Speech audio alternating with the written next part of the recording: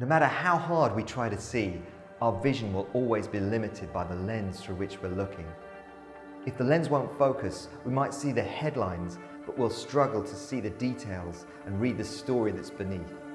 We all want to know Jesus more deeply and to follow him more closely, but I believe we're missing one of the most amazing keys to that. And this is to restore the Jewish lens.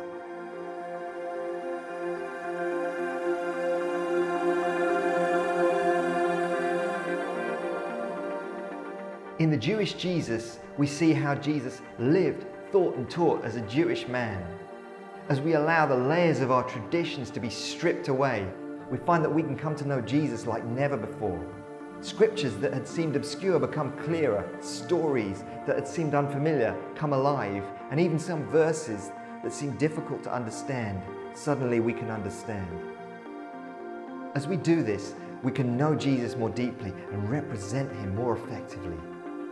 Moreover, we find that we can see his followers in a different light, as we understand that Paul and Peter and James and all the writers of the New Testament also thought and lived with that same Jewish framework.